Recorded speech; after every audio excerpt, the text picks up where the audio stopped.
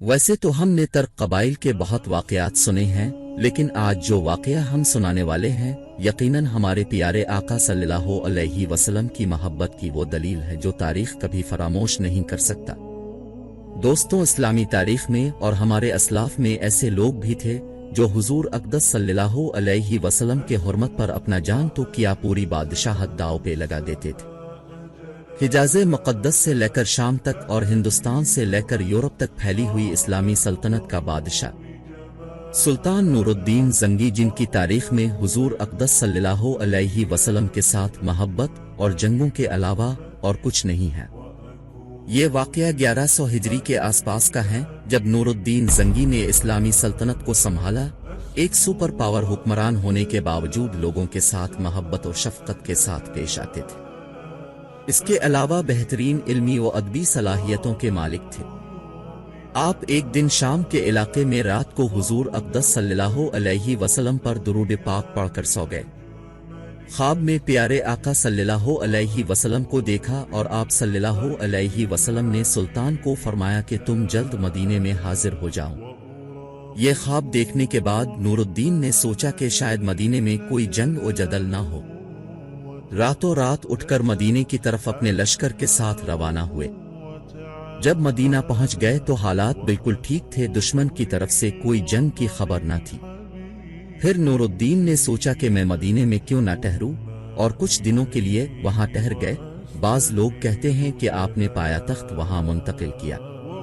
रात जब सो गए तो फिर अपने आका से दीदार किया, जिसमें प्यारे आका सल्लल्लाहु अलैहि वसल्लम ने फरमाया कि मदीने में कुछ लोग हैं, मुझे तकलीफ दे रहे हैं, इसका कोई इंतजाम करो। नूरुद्दीन जब उठे तो बड़े बड़े उलमा को जमा किया और इस ख्वाब को उनके सामने पेश किया।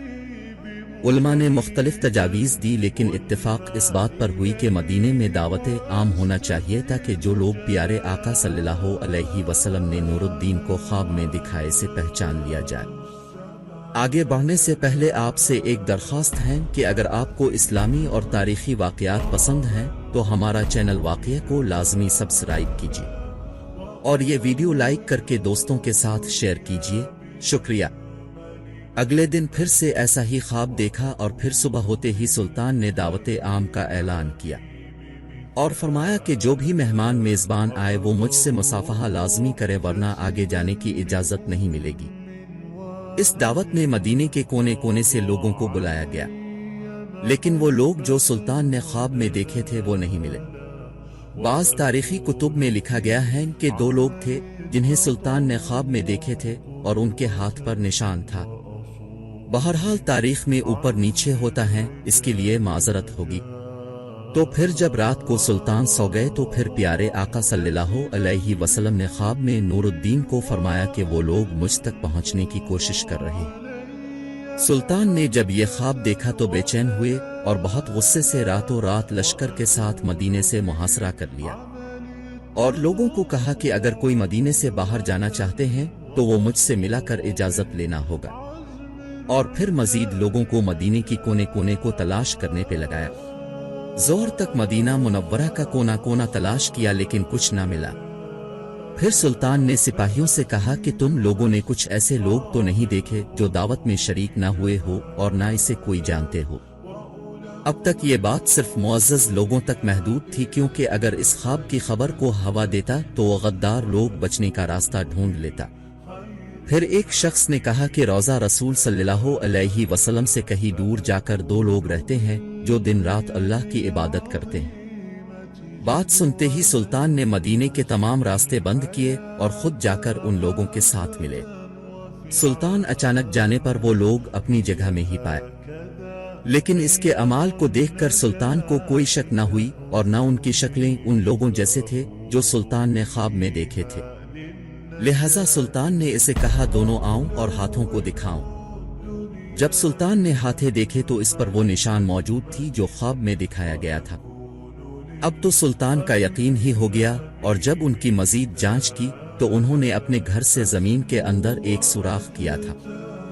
जब सुल्तान इस सुराख में कूदे और आगे गए तो वो सीधा हुजूर अक़दस सल्लल्लाहु अलैहि वसल्लम के रोज़ा अतहर के नज़दीक तक पहुंच चुके थे। सुल्तान ने यह देखकर गुस्से से आग बगूला हुए और उसे मदीने के शहर में लाए اور پوچھا گیا تو انہوں نے بتایا کہ ہمارا مشن یہ تھا کہ نعوذ باللہ ہم رسول اقدس صلی اللہ علیہ وسلم کو یہاں سے نکالیں گے، اور یہ مشن یہودیوں کا ہی تھا۔ پھر سلطان نے اسے دنیا کے سامنے کھڑا کر کے اپنے ہاتھوں سے قتل کیے، اور روضہ رسول صلی اللہ علیہ وسلم کے روضہ اطہر کے گرد سیسے کی دیوار بنایا جو کوئی بھی طاقت پار نہ کر سکے، اور وہ دیوار آج تک موجود ہے۔ یہ خبر دنیا میں پھیل گئی۔ مسلمانوں اور یہودیوں کے درمیان اس وقت کچھ لڑائیاں بھی ہوئی، لیکن سلطان نے مدینہ اور مکہ معظمہ کے لیے ایسے قوانین جاری کیے اور آئین میں شامل کی تاکہ آئندہ کوئی ان مقدسات کو پامال کرنے کی کوشش تک نہ کرے، اور وہ احکامات سعودی عرب میں آج تک فائز ہیں۔ یہ سب سلطان نور الدین زنگی کے بنائے گئے قوانین ہیں۔ لہٰذا آج کے لیے اتنا ہی۔ مزید اسلامی اور تاریخی واقعات کے لیے ہمارا واقعہ یوٹیوب چینل کو لازمی سبسکرائب کیجیے۔ آپ کو یہ واقعہ کیسا لگا کمنٹ میں ضرور لکھیں، اور ایک بار درود مبارک پڑھ کر کمنٹ میں لکھیں، اور ہو سکے تو یہ ویڈیو لائک کر کے دوستوں کے ساتھ شیئر کیجیے۔ شکریہ۔